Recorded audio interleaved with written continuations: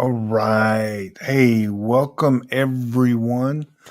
Hope everyone's having a great week. My name is Forrest. This evening, this is the Privacy and Freedom podcast. I'm coming to you. I'm recording this live on YouTube. I haven't been sharing this information out a lot because um, YouTube's just a great place to record the video if people want to watch it later, or if people, and of course, it records the audio as well. So it's a great place. So if people come and watch me live with like a show tonight, it doesn't bother me. People are out there watching live, but this is to record the audio of my privacy and freedom podcast. So I didn't send any emails out, but I do want you to know that if you do want to watch it live and maybe send me a question or a comment live, you can do that by joining the YouTube channel. And I usually record on Monday nights at 8 o'clock Eastern Standard Time. But again, this is for the recorded audience, and if you show up live, more the merrier. Usually when I want people to show up, I'll send an email out and people will join because I'll tell them the time, give them the link and everything. But if you're here tonight, thank you for joining us. Tonight we've got a lot to talk about. Little stressed. I was trying to print some of my notes out.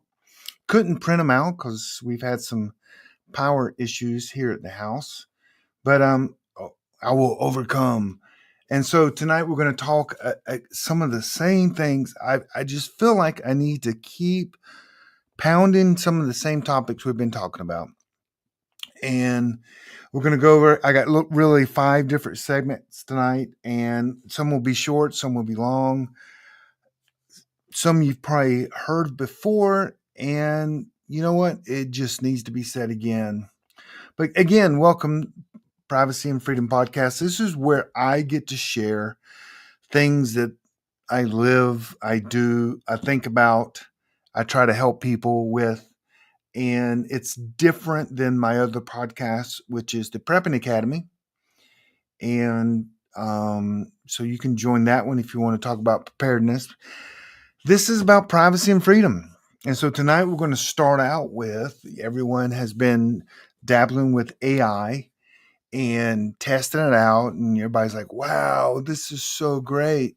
So there's literally several parts of AI. One of the parts is you in like ChatGPT or Gronk or Midjourney, and you're using it as a tool to help you maybe with work, doing research, and you find it so helpful you continue to use it. And using it is not bad, but we just got to have some understanding of what's going on when you do use it, and what other aspects does AI play a part of in the internet that you have no control over. And that's kind of what we're going to talk about tonight, because let's be real. If you go to ChatGPT and you type in questions, you've got to know that the AI is learning from you, and you are literally deciding to give AI either your question or the information or what you're interested in. And so that's just, it's wide open. You know, you're literally doing that. But the AI, there's many facets of AI. And so we're going to look at one about how AI is still in your data and you're not even giving it permission, and it's not even on your device or your computer, and it's still learning from your information. So Meta, which is Facebook, has been caught scraping all your photos, all your locations, your posts, your deleted messages, and AI is running through Facebook and learning from your past habits. And you're like, wait a second, I didn't give AI permission to do that. Well, Meta doesn't have to ask you because you freely gave that information, even though it's in the past. So imagine AI going through your Facebook. It can see the locations where you've shopped, who your friends are, and imagine the data points it can put together from just going through Meta, Facebook. And it's been doing that for months now. So what information has it learned from you? We also know that AI has been, if you use any Google products like Android, any of the Googles like not Dropbox, but their the box, their Gmail, all that information has been scanned already by Gemini, which is Google's AI, and it has learned from you. So when you ask Gemini for the first time and your account is open on your phone or on your PC or your Mac, it already knows more information about you than you probably could ever dream about. And don't think that Google's the only one.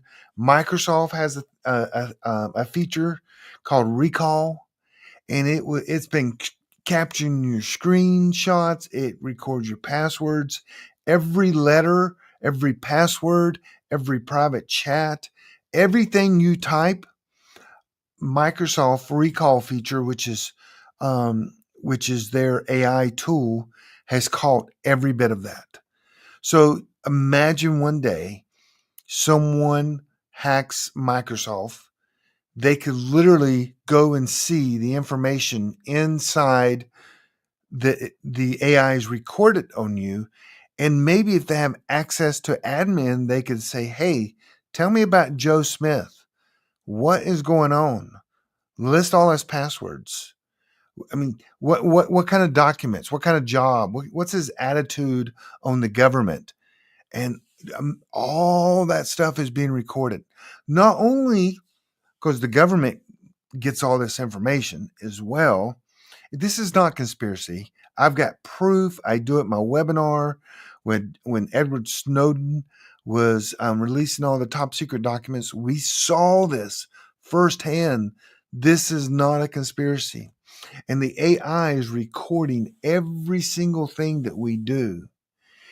We're literally 24 hours under an AI surveillance state now. And a lot of it you have no control over whatsoever. And what and so same with smartphones. Smartphones, I won't say are even worse. They're just as bad. They track your motion. They track all the Wi-Fi's that you're near. It knows where you are anytime. Every photo you take has a location, a time, the angle, elevation, geographical points. Everything is recorded with every single photo you take with your iPhone or your Android. They also use Bluetooth to see what other Bluetooth or other devices are near you. Your microphone, I kid you not, this is not conspiracy theory. Please take my free webinar. They can absolutely listen without your microphone even notifying you that it's on. We know that through a Facebook ad. A company was doing ads on Facebook, and they were opening people's microphones, and Facebook didn't even know that they were doing it. So this is absolutely being done, and I won't say there's no hope anymore. If you feel like there's no hope, then really, well, this podcast isn't for you. But there is hope. There are tools. There are you got to gain the knowledge. There are ways to win this war on privacy, and you can't do it by doing nothing.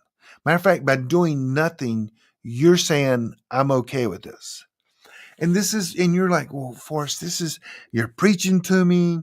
I can't believe you're talking about this kind of stuff on the podcast. I mean, this is what a podcast is about: privacy and freedom. And if you have no privacy, you have no freedom. Okay. So how are simple ways to get over it, around a lot of this? One is get a Graphene OS phone, and you can completely go dark on the phone, still use it, still use some of the apps. It's a complete privacy phone. I teach you how to do that in my class, to set it up yourself. I recommend don't go buy this. This phone is going to cost you anywhere from programmed and ready. It's going to be $500 plus. And I recommend people do it themselves. You can buy the phone for 200, do it yourselves. And the reason you want to do it yourself is because if you have issues with the phone, you don't want to have to send it back to some guy named Tom in Arkansas so he can fix your phone for you with all your privacy stuff on there. You want to learn it yourself.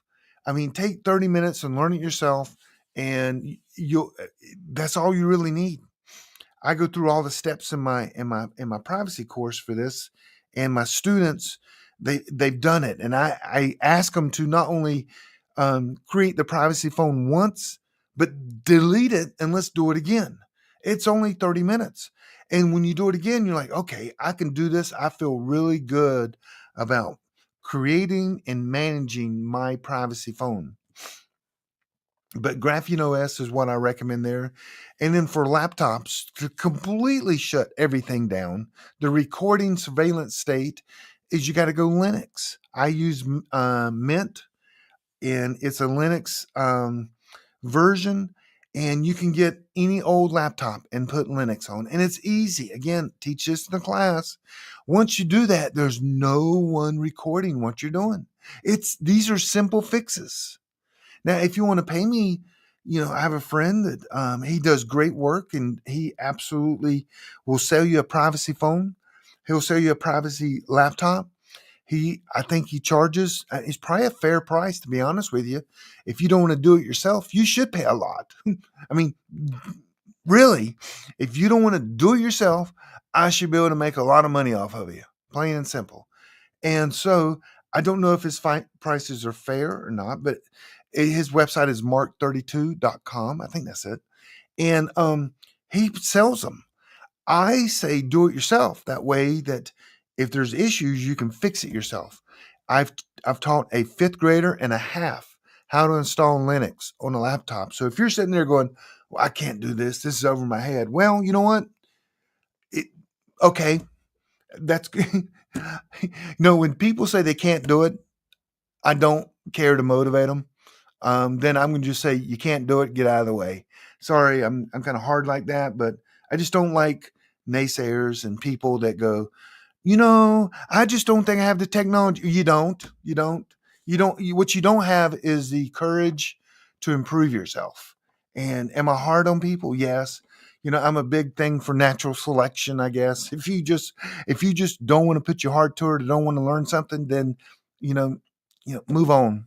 It's just, I just don't understand people that just completely accept failure. That's just not me. And I will motivate you if you want to be motivated, but because doing a Graphene OS phone and doing a Linux laptop are easy, like a fifth grader and a half. Watch the videos that I have and the document that I have, and they did it.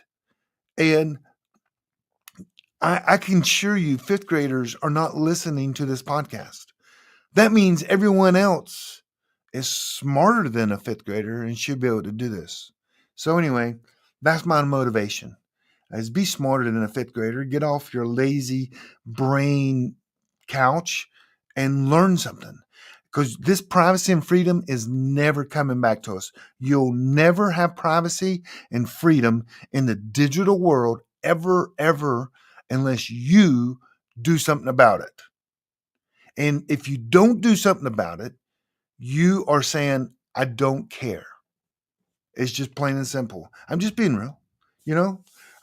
Maybe I need to tone it down a little bit, but also know that reports just came out this week that AI is scanning through your Google Docs, your Dropbox, any files being on the internet, everything that is on the internet. your contact list, your emails, everything is being scanned and people are learning from you. Some of them sell it. Google sells their information. Microsoft keeps it to themselves, as far as we know. Now they sell all this other stuff, but we're talking about your AI data, because every company that has their own AI engine, they don't want to share the information because they are trying to win the game, or at least for their clients. So Apple has their AI engine, Microsoft has theirs, Google has theirs.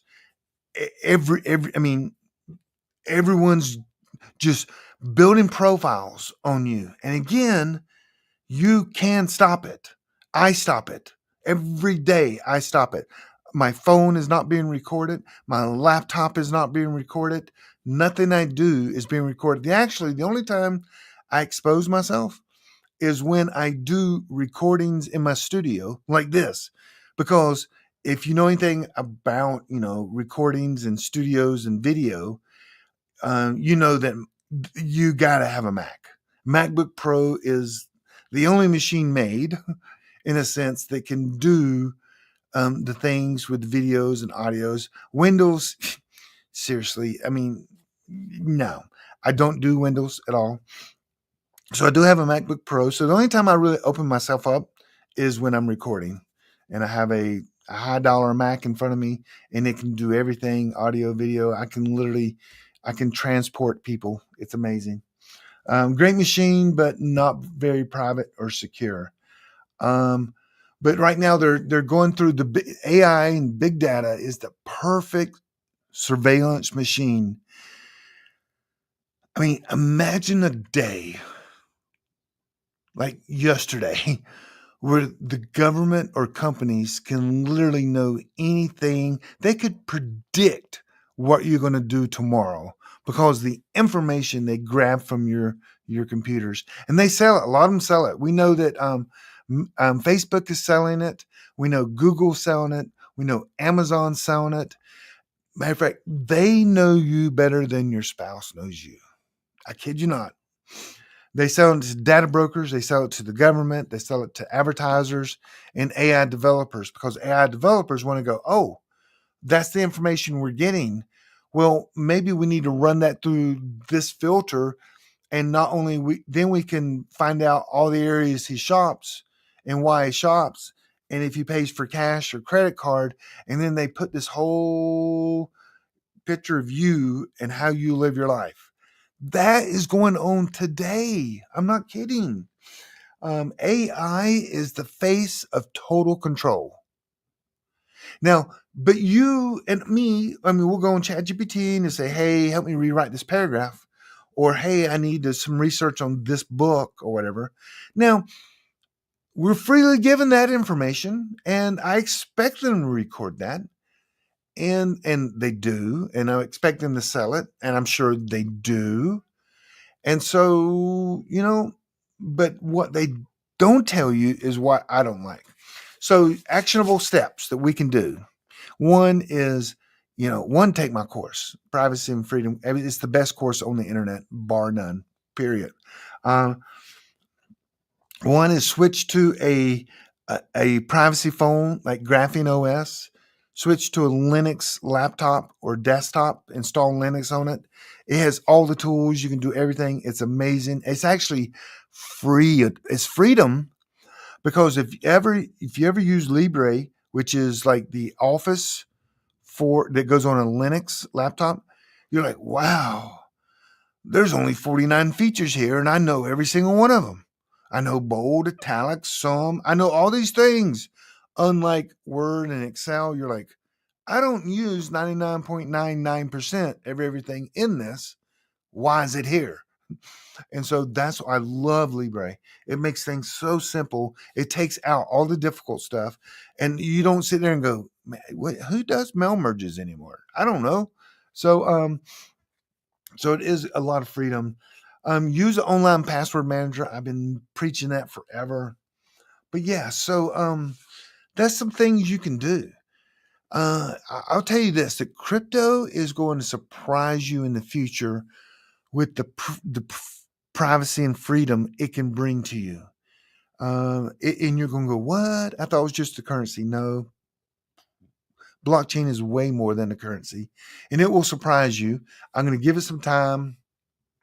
Also, know that last thing for this segment is every time you go through a stop light, every time you drive down the road, every time you go to ATM, they're recording your face right now, and they're throwing it through AI. They're literally could print and make a movie on you because they have so much data.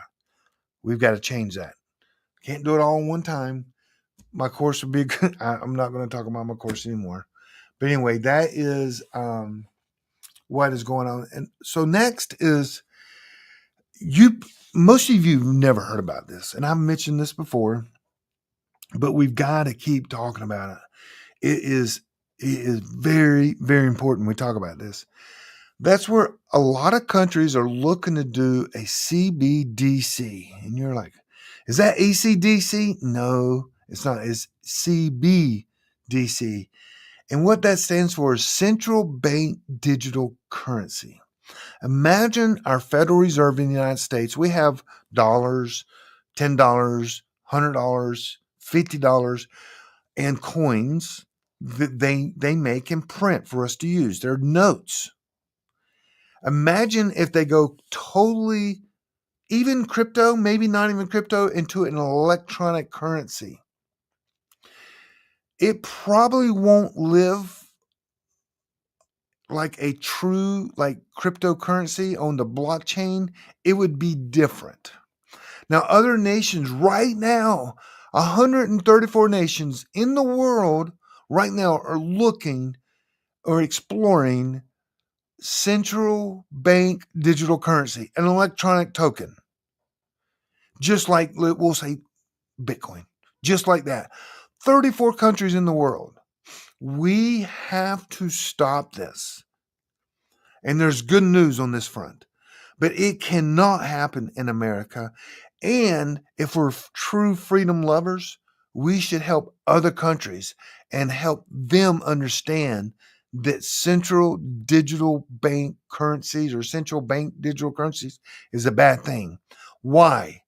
Because if you have an app and you're using electronic money, I can put a geofence and make sure you spend none of that money in Vegas. You're like, well, how can they do that? That's all my money. I can't spend. No. Okay, if you're near a liquor store, they could turn it off so you couldn't buy liquor.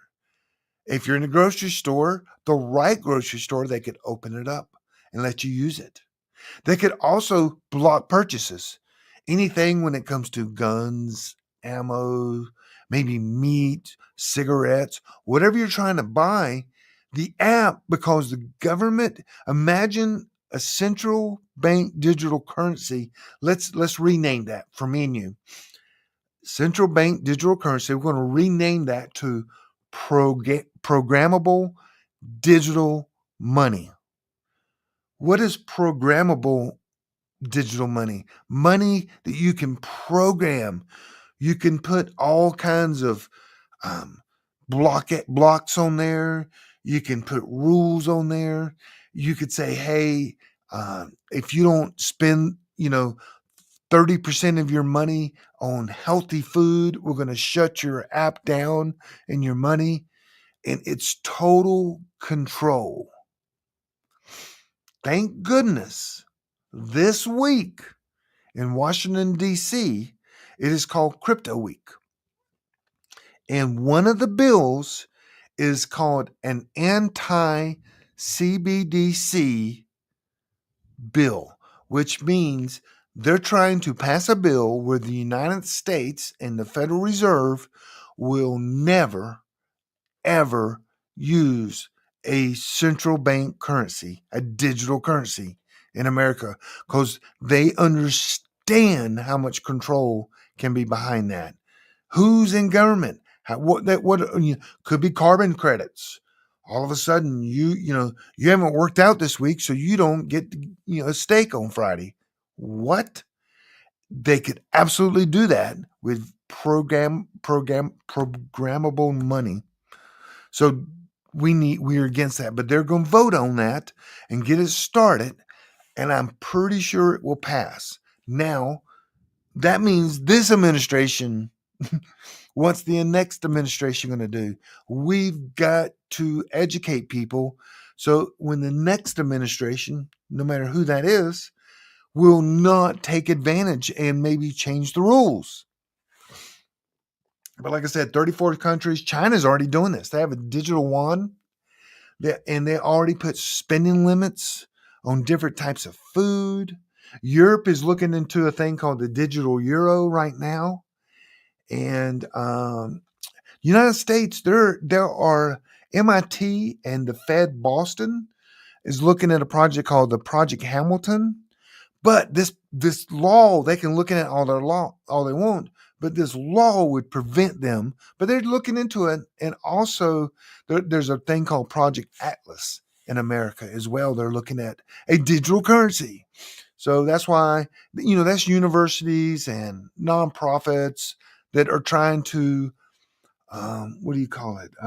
Control the future in a sense to be an advocate for controlling of money. You can help more people if you can control all the money, all the wackos.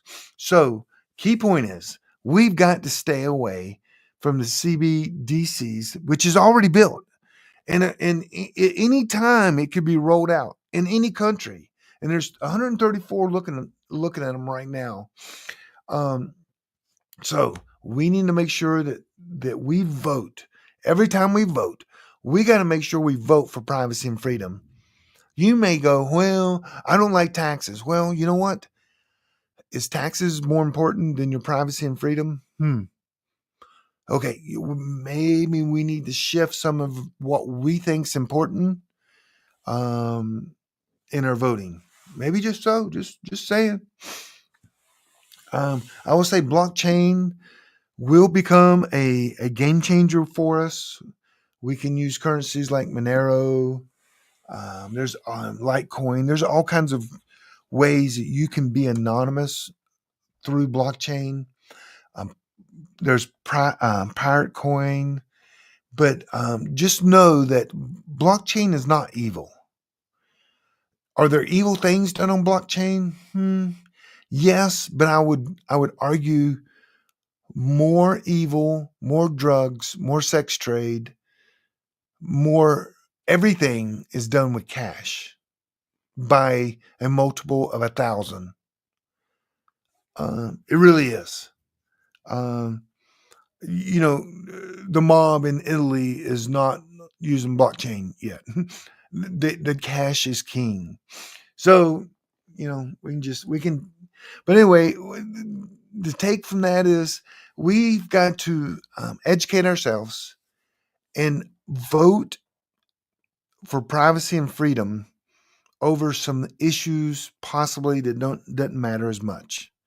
And not picking sides here, but but neither side is good in America right now when it comes to privacy and freedom. Just saying.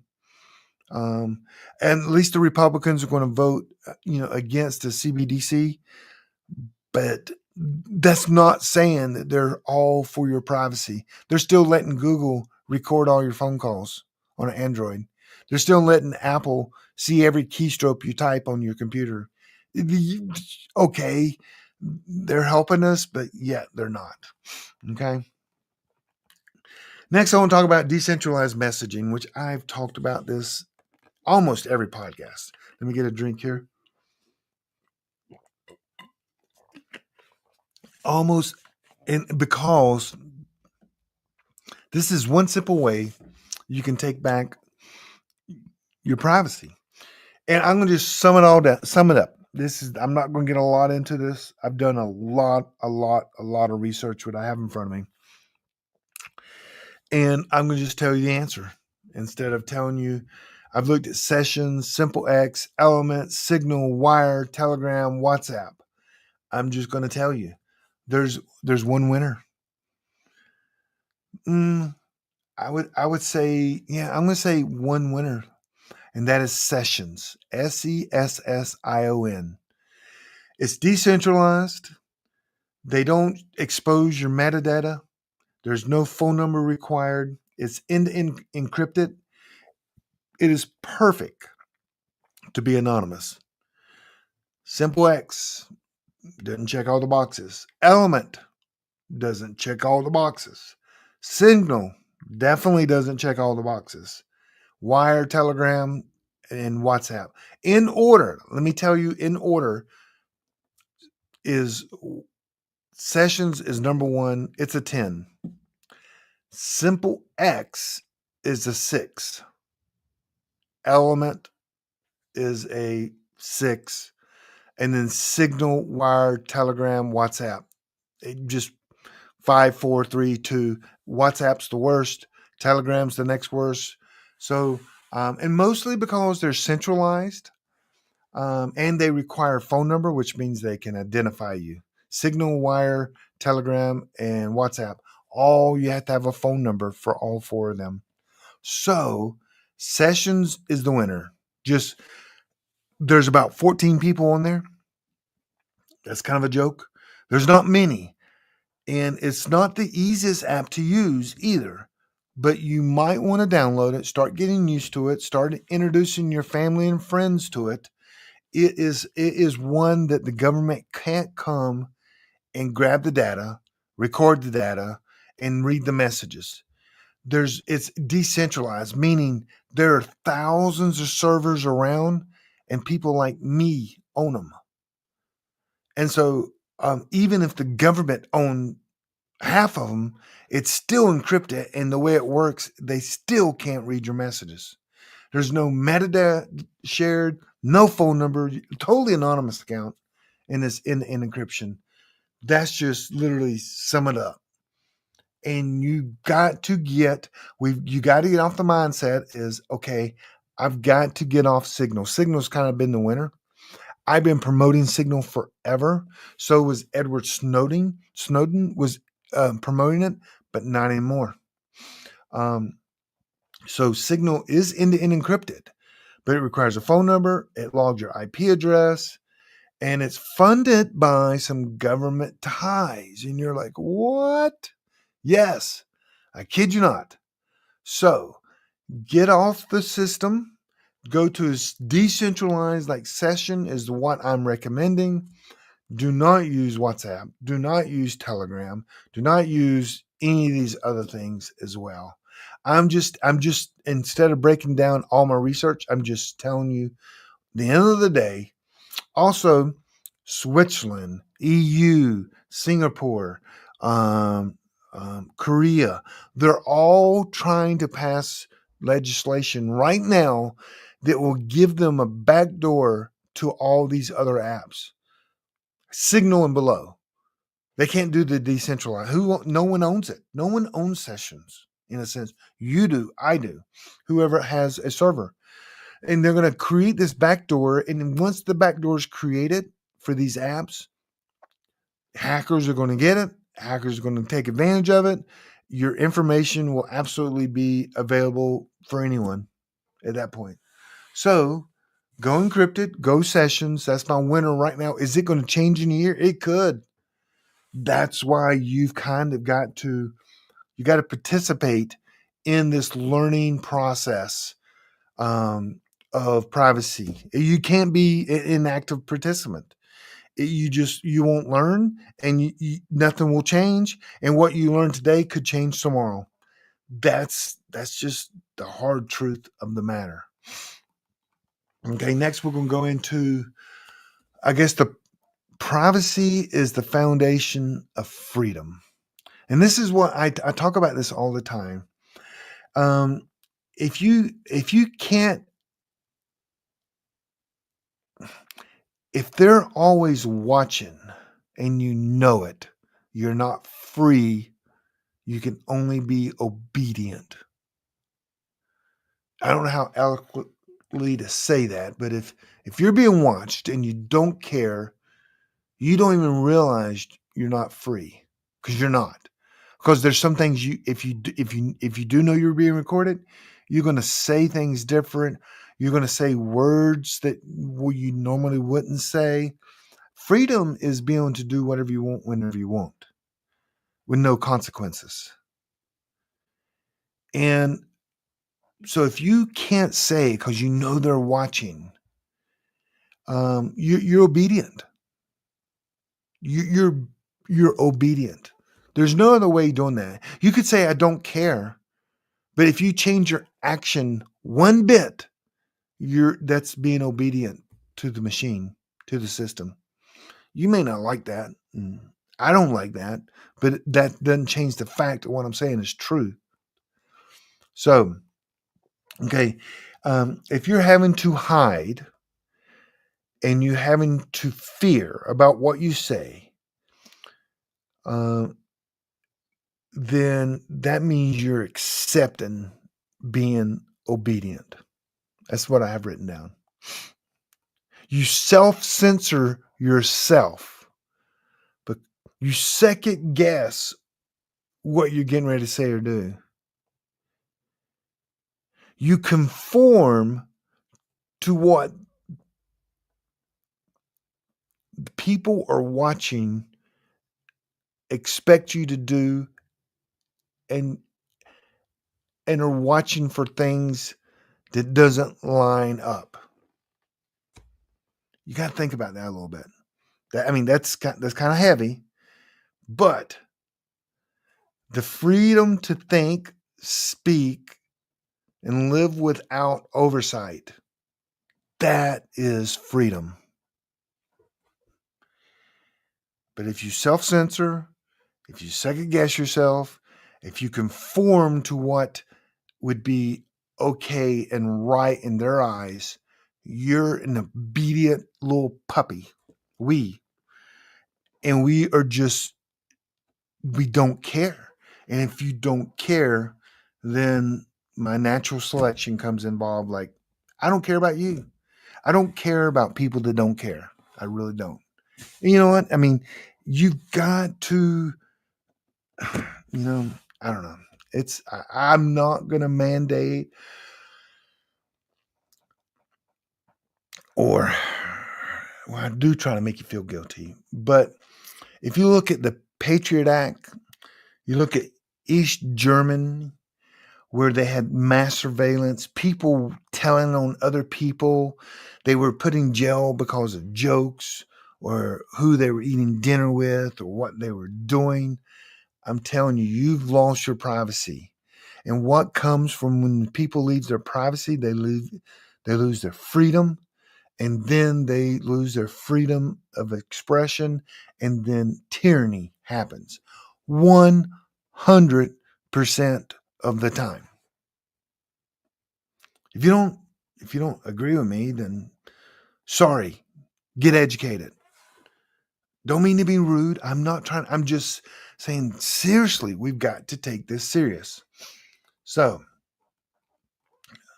for those that read the Bible like I do and believe the Bible, imagine your relationship with your God, or okay, let's just any religion, and it's being monitored in what you type, what you read, the websites you go to. Imagine the information they can get from that. To me, my relationship with Jesus and God, my prayer, what I research, my spiritual freedom, my mental freedom is very important to me. And if it's not to you, then it's like a lost cause. It makes me so mad. It needs to be important to you. I can't make it important to you. Maybe we can put it, all the people that this stuff is not important to, in another country. And those that it is important to, we can fight this fight. So anyway, privacy,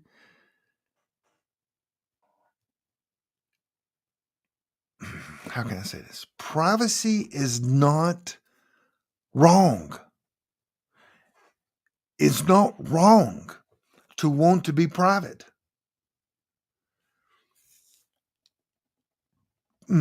Okay. So maybe some steps this week to is maybe make your email private. Go switch over to something like Proton Mail browser. Switch to Brave browser. Maybe that can help a little bit. Switch to a new phone. There's all kinds of ways. Start de-googling your life. Check your digital footprint. Make privacy a family value. Ooh, that's a good one. I'm going to write that down. Privacy. Sorry, write it down. Privacy should be a family value. That is so true. So, but just know that not being private, being private is not dirty. It's not like you should have something to feel guilty about. You know what I mean? You're not doing anything wrong.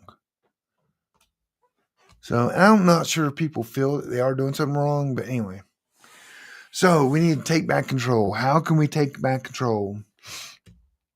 Let me tell you how some people are doing it right now, and you may disagree with it. No one cares, but I care. A lot of people are homeschooling their kids now using Linux laptops, and a lot of people are using privacy coins so that you can pay me, I can pay you, and that money is not traceable. We're not talking about income, but they don't need every time you use your debit card, your credit card, you send a check in the mail, you transfer money. The government sees all that and records all that. Your bank sells it to them. Absolutely. They know every transaction you make. They see everything you buy from the grocery store. They see the drinks you drink every single day that you buy. They see all that. That can all be put in the database, and I can create you 100% without flaw because I've been recording you for the last 5 years, sometimes longer. I know exactly what you're thinking, exactly what you're going to do. You're a robot at this point. They know when I'm going to buy a latte. Because I went to this store. The guy's going to buy a latte. They can sit there and bet. Yep, look, he bought one. He's going to try to get a window seat because he always sits at a window seat. Well, how do they know that? They can tell that by your Wi-Fi signal of your phone inside the restaurant. You're like, dang. So they use privacy going, buy your own groceries, pay cash, go to fruit stands, go to, do everything you can more local. Use cash. Go to the bank tomorrow and say, I want to take out $20,000 in cash. And they're going to look at you like you just said, I want to rob the bank. Because literally that's what you said. Hey, I have an account. I'd like to withdraw $20,000. Oh, we have a bank robber. Call the police. We have a bank robber. He's trying to take all our cash because the bank probably doesn't have $20,000 in that bank. And they're no, we can't just hand out money like that. And you're like, what do you mean? Fill out this form. We got to track it. We got to know what you can do with this money. Try it. So that's why people are going to the digital currency, because when I move money and I send money, no one knows who it's from, who's it to. Can they see it on blockchain? Yeah, but my name's not attached to it. And they can't surveillance tape and people just can't have access to that information right now. So you want to get to your life what they call decentralized. You want to use cash. It's hard to monitor cash. They can. Imagine this. You walk into a coffee shop and you throw down $5 for a coffee. The AI could very simple look and say, oh, there's Forrest. He's in the cup of coffee shop today. And look, he looks like, I identify that drink because they just squirted it out from a thermos. That's drip coffee. Oh, he put 2 things of sugar and he put some cream in there. Boom. Record it. You're like, dang, bless it. I'm trying to use cash. So I'm hoping to motivate you guys. I'm telling you the truth. You don't want to hear, no one wants to hear this. No one wants to hear that they have to do more work in their life to be free, to have freedom. No one wants to hear that they're obedient by letting it happen, by changing their actions. You're a nice, obedient American citizen. The land of the, wait a second, hang on. How's that go? The land of the, okay, you can argue some are free. And the home of the brave. We do have the brave. We definitely have the brave. More men and women are joining the military than ever before. The brave, the people that will stand up and fight for the law, not their opinion, not their mindset, but the law. I don't like people that defend their opinion. Their opinions are like, what they say, they're like, behinds. Everyone's got one, and yours is probably wrong. I like people to defend the law. Without law, you cannot have freedom. We just don't have freedom law right now. So anyway, here's a statement that I came up with. Tell me in the comments or somewhere if you like it or not. You don't need a revolution. We don't need a privacy revolution. We need a refusal. Okay, we're not going to win a privacy revolution. We're not. We need a refusal.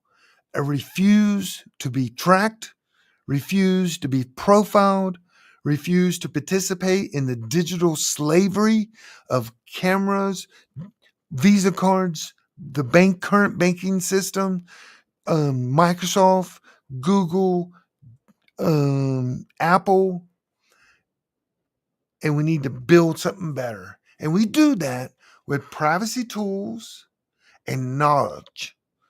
Knowledge and privacy tools is how we become free again. That's the only way we become free. There is another way, and that's the EMP that wipes out all information in computers. A total reset. Other than that, the only way we can gain our privacy and freedom back is by learning, education, and tools that good people in the world are creating for us to use. And then we need to be educated on the tools because not all tools are created equal. Like I told you guys some messenger apps. Well, the people that created Signal thought that they were doing a great thing for the world.